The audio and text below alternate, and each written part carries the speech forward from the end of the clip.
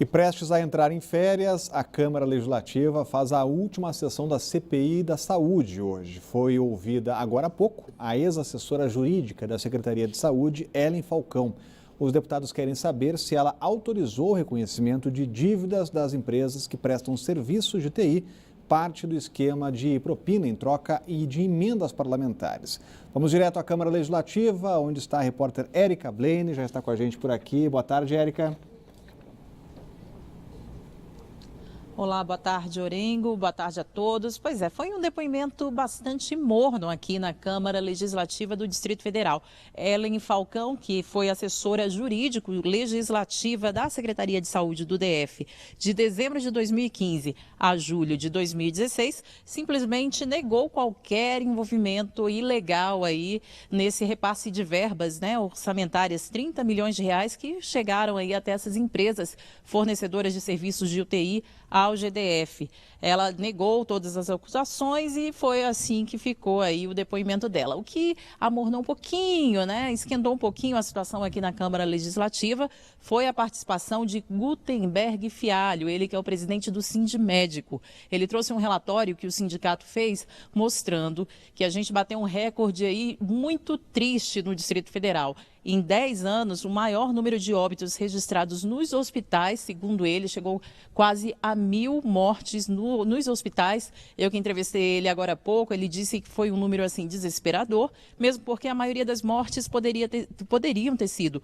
evitadas caso os pacientes tivessem atendimento médico. Então, essa situação, esse relatório final, a gente traz na segunda edição do Band Cidade, lembrando ainda que hoje foi a última sessão da CPI da Saúde. Os deputados entram aí em recesso a partir do dia 16 de dezembro e voltam apenas no dia 2 de fevereiro. É isso. Mais informações na segunda edição do Band Cidade. Obrigado, Érica, com as informações. E olha, moradores fazem protesto no fim de semana em reclamação a um lixão a céu aberto no setor O de Ceilândia. Há 8 anos, a população cobra uma pista de corrida no lugar do entulho. De um lado, casas. Do outro, um espaço ocupado por madeiras, pneus, colchões e lixo a céu aberto. Esses moradores lutam para tirar todo esse entulho e transformar o espaço em um calçadão. A gente quer que ocupe aqui essa área para que o lixo não fique aqui, porque vem gente de todo lugar colocar lixo aqui. Já há mais de 8 anos que nós estamos nessa luta. Indignada com a situação, a comunidade do setor O reuniu mais de 500 assinaturas na tentativa de ser ouvida. Mas até agora, nada de calçadão na EQNO 2. A gente foi na administração, foi no governador e nada de resposta. E disse que não tem nem previsão sobre o nosso calçadão aqui, que o povo está cansado de mau cheiro e muita doença aqui. Não tem condições de fazer caminhada nesse lixão aqui, é muito desagradável. Nossa equipe flagrou esse homem depositando lixo no local. Não está tendo um local para jogar o lixo adequado, por isso nós estamos jogando aqui. O lixo clandestino ocupa o espaço que podia ser de lazer para a população. E a proximidade entre as moradias oferece riscos à saúde dos moradores. Essas poças de água aí, cheio de lava do mosquito da dengue, então não adianta sair propaganda na televisão se a situação que nós temos aqui é terrível. A população garante que só vai parar de recolher assinaturas e com os protestos quando a demanda for atendida. Queremos calçadão! Queremos calçadão! Queremos calçadão! A administração de Ceilândia informou que o local passa por limpeza periodicamente, mas disse que os próprios moradores desrespeitam as regras e depositam entulho no terreno. A administração esclareceu ainda que no momento há um processo de urbanização da área, mas não divulgou previsão de início das obras. Para chamar o Cata Entulho, ligue no 3472-9858. Portanto, segundo a administração, o problema é da comunidade. A culpa é dos moradores, né? Olha, a administração do Lago Sul deveria evitar insultar a nossa inteligência e insultar os moradores do setor O. As imagens mostram, aquilo ali não é coisa de alguém que joga ali um lixinho e vai fortuitamente e vai embora, não. Aquilo ali é lixo acumulado. Vejam as imagens, é muito lixo acumulado, muita sujeira. Isso é um atentado à saúde pública, à saúde das pessoas. Isso é uma demonstração que falta administrador, está faltando trabalho, falta governo. É uma vergonha que o SLU, que é responsável por isso, mantenha a situação dos moradores dessa região nesse estado de coisas.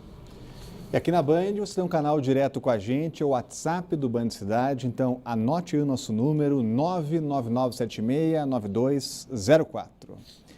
E em meio a denúncias de que a cúpula do governo teria se beneficiado com o esquema de propina do Odebrecht, o Planalto tenta garantir votações importantes no Congresso, antes do recesso parlamentar. Começa uma semana decisiva. A gente volta a falar ao vivo com a Renata Dourado, já está com a gente por aqui. Agora é aquele corre-corre de votações no Congresso, né, Renata? Pois é, né? Antes do recesso, a ideia é votar, né, medidas consideradas prioritárias, muito importantes para o governo. Rodrigo, uma delas, e talvez a principal, é a PEC que limita os gastos públicos, a polêmica PEC, que já foi aprovada em 2 turnos na Câmara, já foi aprovada no primeiro turno no Senado, e a previsão é que ela seja votada e aprovada amanhã também no Senado.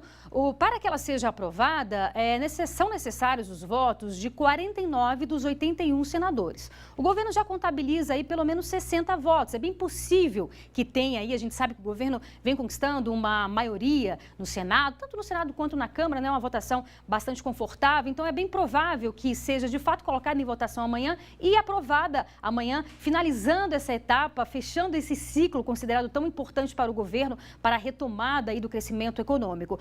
Por outro lado, também tem uma outra proposta considerada prioritária, muito importante para o governo, que é a reforma da Previdência, que já foi enviada e que hoje a Comissão de Constituição e Justiça da Câmara deve se reunir para analisar essa medida, analisar essa proposta. Essa análise na chamada CCJ é o primeiro passo, é o passo inicial. Então é a Comissão de Constituição e Justiça que vai dizer, o projeto ele está preparado, ele está pronto, ele pode seguir adiante, ele pode seguir com a tramitação necessária lá no Congresso Nacional, no caso na Câmara. Então está prevista para hoje essa reunião na CCJ, o governo espera também aprovar, que ainda que não seja hoje, mas pelo menos essa semana, antes, claro, do recesso, aprovar esse relatório para que no ano que vem, claro que hoje esse ano não vai ter tempo hábil para o início das votações, mas a ideia é finalizar pelo menos na CCJ, para que no ano que vem, portanto, no primeiro semestre, o governo conclua esse ciclo. A gente sabe que é uma proposta que vem sendo muito criticada, todo mundo sabe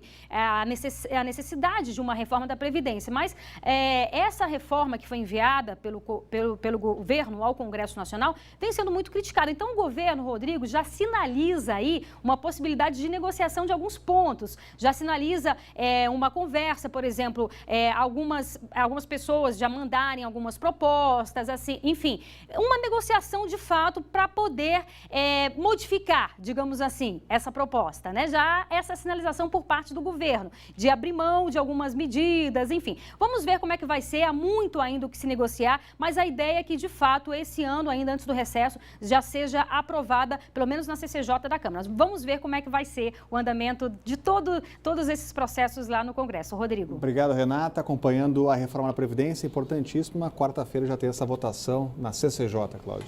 Pois é, o que o país precisa é isso mesmo, né? É que os deputados e senadores se organizem, se entendam e coloquem em votação essas matérias que são fundamentais para o Brasil.